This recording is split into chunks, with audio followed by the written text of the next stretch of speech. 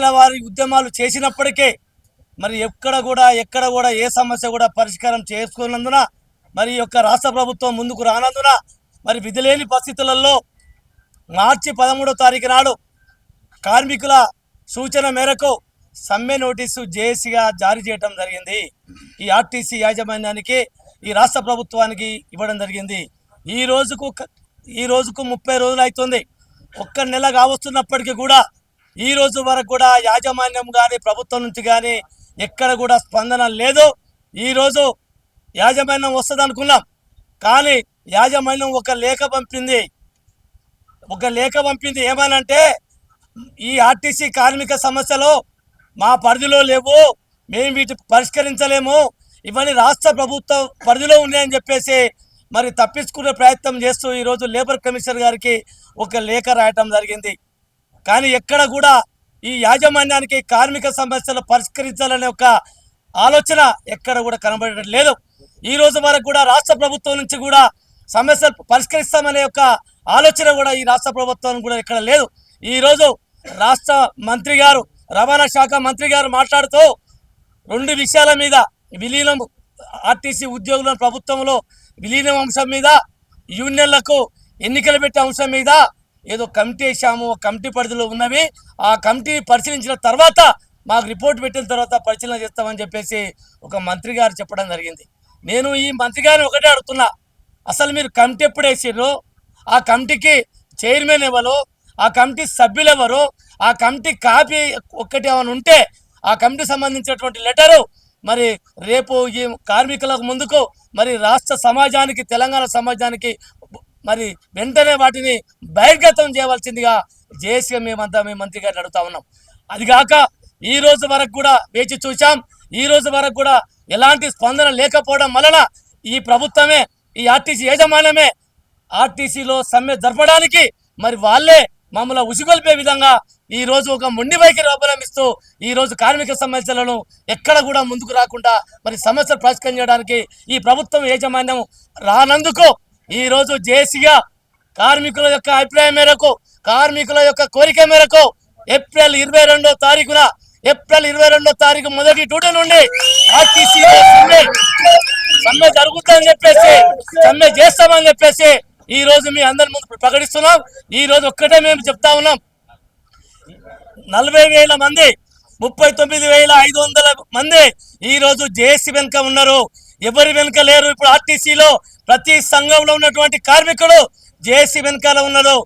రేపు రాబోయే రోజులలో కార్మిక వర్గం అంతా ఈ జేఏసీ అడుగుదలలో ఉన్న తప్ప ఎవరి వెనకాల లేరు.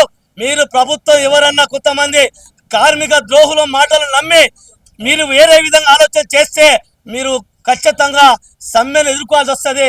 సమ్మె 100% విజయవంతం అవుతుంది. కాబట్టి సమ్మె చేయకుండా సమ్మె నివారణ చర్యలు ప్రభుత్వం వెంటనే చేపట్టాలని చెప్పేసి ఆర్టీసీ యాజమాన్యం కూడా భేషజాలకు పోకుండా చేపట్టి మరి న్యాయమైన డిమాండ్లను, ఈ ప్రభుత్వం ఇచ్చిన హామీలనే అమలు చేయమంటున్నాం తప్ప కొత్త డిమాండ్ లేవు. మేము 32 డిమాండ్లు పెట్టాం. ఆ 32 డిమాండ్లలో ప్రధానమైనవి ఎన్నికల మేనిఫెస్టోలో పెట్టినవి. ఒకటి, ప్రభుత్వంలో విలీనం చేస్తామన్నారు, విలీనం చేయండి. అదేవిధంగా యూనియన్లకు ఎన్నికలు పెడతామన్నారు, యూనియన్లకు ఎన్నికలు పెట్టండి. 2021-25 వేతన సవరణ చట్ట ప్రకారం కావాలి, అదే చేయమంటున్నాం. ఇలా ప్రైవేట్ ఎలక్ట్రిక్ బస్సులు రద్దు చేయాలి, మరి ఆర్టీసీ డిపోలను వాళ్ళకు ఇవ్వకుండా ఆపాలని చెప్పేసి ఎక్కడ కూడా అన్ని కేటగిరీలో ఖాళీలను భర్తీ చేయాలి. ఈరోజు ఆర్టీసీ ఉద్యోగులను సిటీ నుంచి వేరే జోన్లకు బదిలీ చేసే ఆ యొక్క లెటర్లను వెంటనే రద్దు చేసుకోవాలి. ఎక్కడ కార్మికులు అక్కడే ఉండాలి, ఎక్కడ బస్సులు అక్కడే ఉండాలి. ఈ ఎలక్ట్రిక్ బస్సులకు మా ఆర్టీసీ జాగర స్థలాలు ఎక్కడ అప్పచెప్పొద్దని చెప్పేసి మేము డిమాండ్ చేస్తూ రేపు 22వ తారీఖు నాడు సమ్మె యథాతిథిగా కొనసాగుతుందని చెప్పేసి మేము హెచ్చరిస్తూ మొదటి డ్యూటీ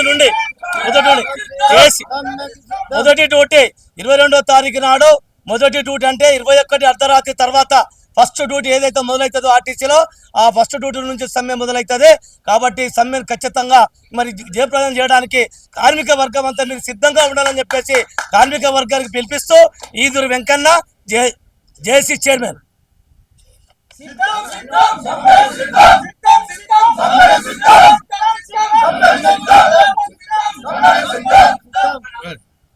ఈరోజు యాజమాన్యం గవర్నమెంట్ బలవంతంగా ఆర్టీసీ వాళ్ళని రోడ్డెక్కించింది.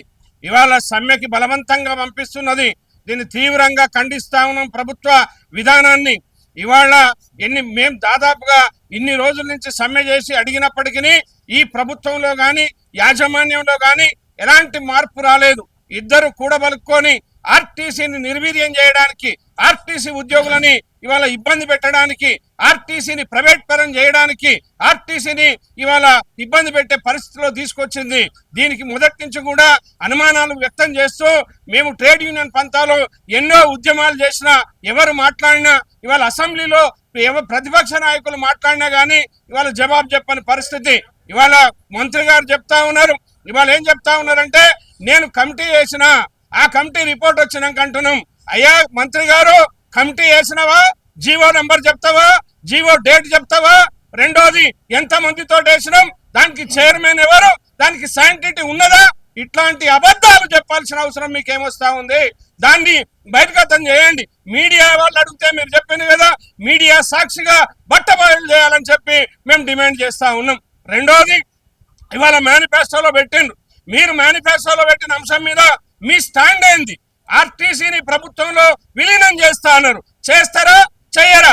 ఆ ప్రభుత్వం ఏమో చట్టం తెచ్చింది, మీరు అపాయింటెడ్ ఇస్తామని చెప్పిన వాళ్ళు ఇవాళ ఎందుకు మర్చిపోయిండ్రు? అపాయింటెడ్ ఇస్తారా ఇవ్వరా? 2 PRCలు ఇస్తా అన్నారు. తర్వాత ప్రభుత్వ ఉద్యోగులతో ఈక్వల్ గా జీతభత్యాలు, సర్వీస్ కండిషన్లు ఇస్తా అని చెప్పిండ్రు. మేనిఫెస్టోలో పెట్టినటువంటి అంశాలే మేము అడుగుతా ఉన్నాం. ఆర్టీసీని కొత్త బస్సులు కొని ఆధునీకరణ చేస్తా అన్నారు. ఏది నీ ఆధునీకరణ? ఏది ప్రజాప్రభుత్వ విధానం? ఏది ప్రజల ప్రభుత్వ విధానం? ఇదేనా అని అడుగుతా ఉన్నాం. ఆర్టీసీకి యూనియన్లు ఇస్తా అన్నారు.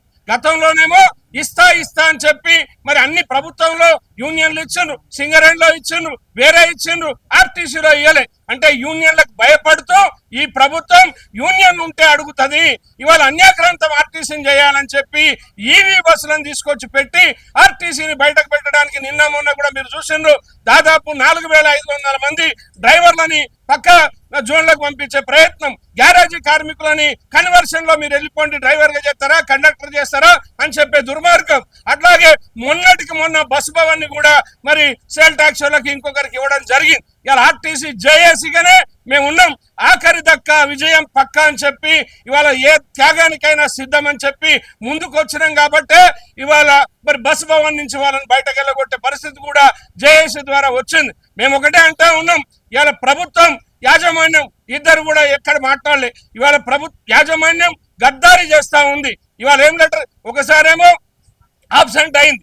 ఇవాళ 5 అంశాలు 32 అంశాల మీద సమ్మె నోటీస్ ఇస్తే 5 అంశాల మీద లెటర్ ఇచ్చి ఇవి ఏదైతే పిఆర్సీలు కానీ, ప్రభుత్వ విధానం కానీ, తర్వాత ఈవీ బస్సులు కానీ మీకు ఇవ్వాల్సినటువంటి డబ్బులు రైట్ ఆఫ్ కానీ మా పరిధిలో లేవని ఇచ్చింది. అంటే మిగతా 37 సమస్యలు మీ పరిధిలో ఉన్నట్టే కదా, మరి 27 సమస్యలు మీ పరిధిలో ఉన్నట్టే కదా.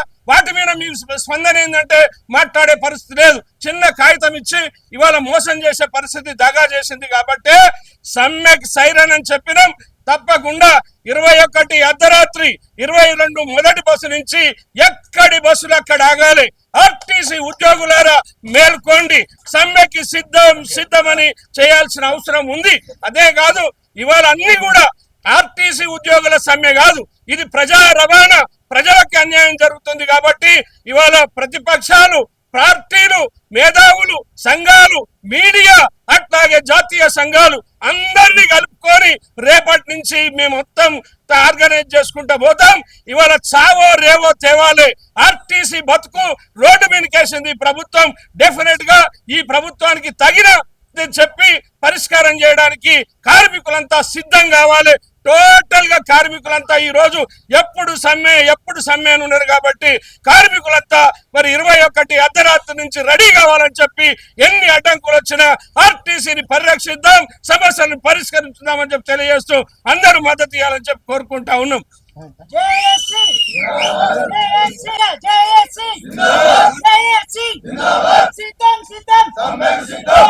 ఈరోజు లేబర్ కమిషనర్ దగ్గర ఏదైతే చర్చలకు రావడం జరిగింది, మరి వాస్తవంగా మేనేజ్మెంట్ వచ్చి చర్చలు సానుకూలంగా స్పందించి చర్చల పట్ల మరి పరిష్కరిస్తారనేటువంటి ఎంతో ఆశలుండే. కానీ ఈరోజు యాజమాన్యం మరి రాక ఏదో ఒక లెటర్ పంపించడం జరిగింది. మరి ఆ లెటర్ ద్వారా కూడా ఈ సమస్యలు మా పరిధిలో లేవనేటువంటి చెప్పడం జరిగింది. మరి ఈ కార్మిక ట్రేడ్ యూనియన్ల పక్షాన ట్రేడ్ యూనియన్గా 2025 నుంచి ప్రతి పోరాటం చేస్తూనే ఉన్నాం. ఈ సమస్యల పట్ల ఎర్ర బ్యాడ్జీలు కానీ నల్ల బ్యాడ్జీలు కానీ ప్రతి పోరాటం చేసుకుంటూ ఏదైతే సమస్య పరిష్కారం కోసం విన్నవిస్తున్నాం తప్ప ఏ సమస్య పరిష్కారం కోసం కూడా ఈరోజు యాజమాన్యం కానీ ప్రభుత్వం కానీ ముందుకు రాకపోవడం చాలా బాధాకరం. మరి ఏదైతే ఈ సమస్యలు ఉన్నాయో మీరు చెప్పిన సమస్యలే ఈరోజు పరిష్కారం చేయమంటున్నాం అంతే తప్ప మేమేదో కొత్తగా సమస్యలు పరిష్కారం చేయమంటున్నాం. కాబట్టి యాజమాన్యం ఈరోజు ఈ సమస్యలు మా పరిస్థితులు మా వద్ద లేవు, మా సమక్షంలో జరగవు అనేటువంటి చెప్తా ఉంది. కాబట్టి దయచేసి ప్రభుత్వం స్పందించి ఈ సమస్యల పట్ల మరి సానుకూల స్పందించి పరిష్కరించాలని సందర్భంగా జేఏసీ పక్షాన్ని డిమాండ్ చేస్తూ ఉన్నాం. మరి సమయం చాలా ఉంది, ఇప్పటికైనా ప్రభుత్వం చొరవ తీసుకొని ఈ సమస్యలు పరిష్కారం చేయాలని ఈ జేఏసీ పక్షాన విజ్ఞప్తి చేస్తూ ఉన్నాం. మరి లేని పక్షంలో 22 మొదటి బస్సు నుంచి మరి సమ్మె చేయడానికి మరి అందరూ సుముఖంగా ఉండాలి అనేటువంటిది ఈ సందర్భంగా తెలియజేస్తా ఉన్నా. మరి ఈ సమ్మె వల్ల ఒక ఆర్టీసీ కార్మికులకు కాదు, ఈ రోజు విద్యార్థులకు కానీ రాష్ట్రంలో ఉన్న తెలంగాణ ప్రజలకు కానీ మేలు చేకూరుస్తుంది అనేటువంటిది కూడా ఈ సందర్భంగా ప్రతి ఒక్కరు అర్థం చేసుకొని ఈ ప్రజారవాణా సంస్థ ప్రభుత్వ రంగ సంస్థ మరి బతకాలా ఉండాలా, అందరికీ అనుకూలంగా ఉండాలా, ప్రజా రవాణా అనేటువంటి ప్రతి బీదస్సులకు మరి చేరే విధంగా మరి సంస్థ బతకాలనే ఉద్దేశంతో చేస్తున్న పోరాటం. కాబట్టి ప్రతి ఒక్కరు ఇంట్లో భాగస్వామ్యం తీసుకొని అందరూ ఈ సమ్మెకు సంపూర్ణ మద్దతు ప్రకటించాలని ప్రతి ఒక్కరిని కోరుతూ, మరి ఎప్పటి నుంచో గత నెల రోజుల నుంచి ఎదురు చూస్తున్నటువంటి కార్మికులందరికీ నా యొక్క విజ్ఞప్తి, మరి మనం ఏదైతే మేనేజ్మెంట్ కానీ ప్రభుత్వం కానీ మన సమస్యల్ని పరిష్కరించలేదు కాబట్టి ఈరోజు మనం సమ్మె డేట్ అనౌన్స్ చేయడం జరిగింది. మరి మీ అందరికీ తెలుసు 2025 మే 7వ తారీఖు నాడు చర్చలకు పోయే అవకాశం ఉంది. పిలిచి మరి మాకు గడువియండి, ఒక 5-6 నెలలు ఇవ్వండి, ఆ రోజు మీ సమస్యలు పరిష్కరిస్తామని చెప్పి మరి మంత్రి గారు అటు ప్రభుత్వం చెప్పడం జరిగింది. వారి విజ్ఞప్తి మేరకే మేము ఇప్పటి వరకు ఆగినప్పటికీ కూడా మరి ప్రభుత్వం కానీ యాజమాన్యం కానీ చర్చలకు పిలవకుండా మా సమస్యల్ని పెండింగ్లో పెట్టి అవుట్సోర్సింగ్ విధానంతో ఎలక్ట్రికల్ బస్సులతోటి లేకపోతే రిటైర్డ్ అయిన ఎంప్లాయీస్ పిల్లల కన్సల్టెంట్ పే తోటి దినదినంగా దీన్ని ప్రైవేట్ పరం చేసుకుంటూ వస్తుంది. కాబట్టి ఇవాళ దీన్ని మొత్తం ఆర్టీసీని నిర్వీర్యం చేయాలనే ఉద్దేశంతో ఇటు ప్రభుత్వం అటు యాజమాన్యం ఉన్నది. కాబట్టి ఇవాళ సమ్మెకు దిగాల్సిన అవసరం వచ్చింది. కాబట్టి మీరు ఇప్పటికైనా కళ్ళు తెరిచి ఆర్టీసీ జేఏసీగా మేము డిమాండ్ చేస్తా ఉన్నాం. మాకు సమ్మె చేయాలనే షోకు లేదు, సమ్మెని నివారించాలంటే అటు ప్రభుత్వం తక్షణమే చొరవ తీసుకోవాలని చెప్పి మేము డిమాండ్ చేస్తా ఉన్నాం. మేనేజ్మెంట్ని రిక్వెస్ట్ చేస్తున్నాము. మేమేమి గొంతమ్మ కోరికలు కొడతలేము. మీరు కాంగ్రెస్ పార్టీ మేనిఫెస్టోలో శ్రీధర్ బాబు గారు పెట్టినటువంటి డిమాండ్లు దానికి అనుకూలంగా మీరు రెండు సంవత్సరాల మేము వెయిట్ చేసినాము. మా సమస్యలు పరిష్కారం చేస్తారని ఇప్పటివరకు సమస్యలు పరిష్కారం కాలేదు. మీతో కూడా ఎన్నోసార్లు మాట్లాడినాము, అసెంబ్లీలో కలిసినాము. మీ ఎమ్మెల్యే మంత్రులను ప్రతి ఒక్క మంత్రిని కూడా కలిసి మెమరాండం జేఏసీ మెమరాండం ఇచ్చడం జరిగింది. మనం ఆ సమస్యలు పరిష్కారం అయితే అని ఆశపడ్డాము.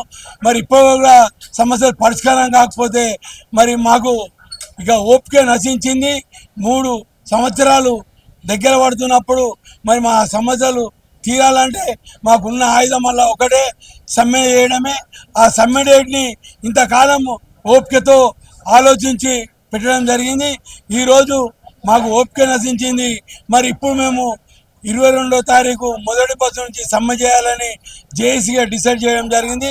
రాష్ట్ర వ్యాప్తంగా కూడా కార్మికులు ఏకతాటిగా నిజంగా మన సమస్యలు పరిష్కారం కావాలని అందరు కార్మికులు రావాలని చెప్పి మీ ద్వారా కోరుకుంటున్నాను. ఈ వీడియోపై మీ అభిప్రాయాన్ని కమెంట్ బాక్స్లో తప్పకుండా తెలియచేయండి. అలాగే ఈ వీడియోని లైక్ చేయండి. మీరు చేసే ఒక్క లైక్ మరిన్ని వీడియోలు చేయడానికి మాకెంతో ప్రోత్సాహాన్నిస్తుంది. సామాన్యుడి కోసం మేమందించే సమాచారం కోసం సమయం టీవీ ఛానల్ని ఇప్పుడే సబ్స్క్రైబ్ చేసుకోండి.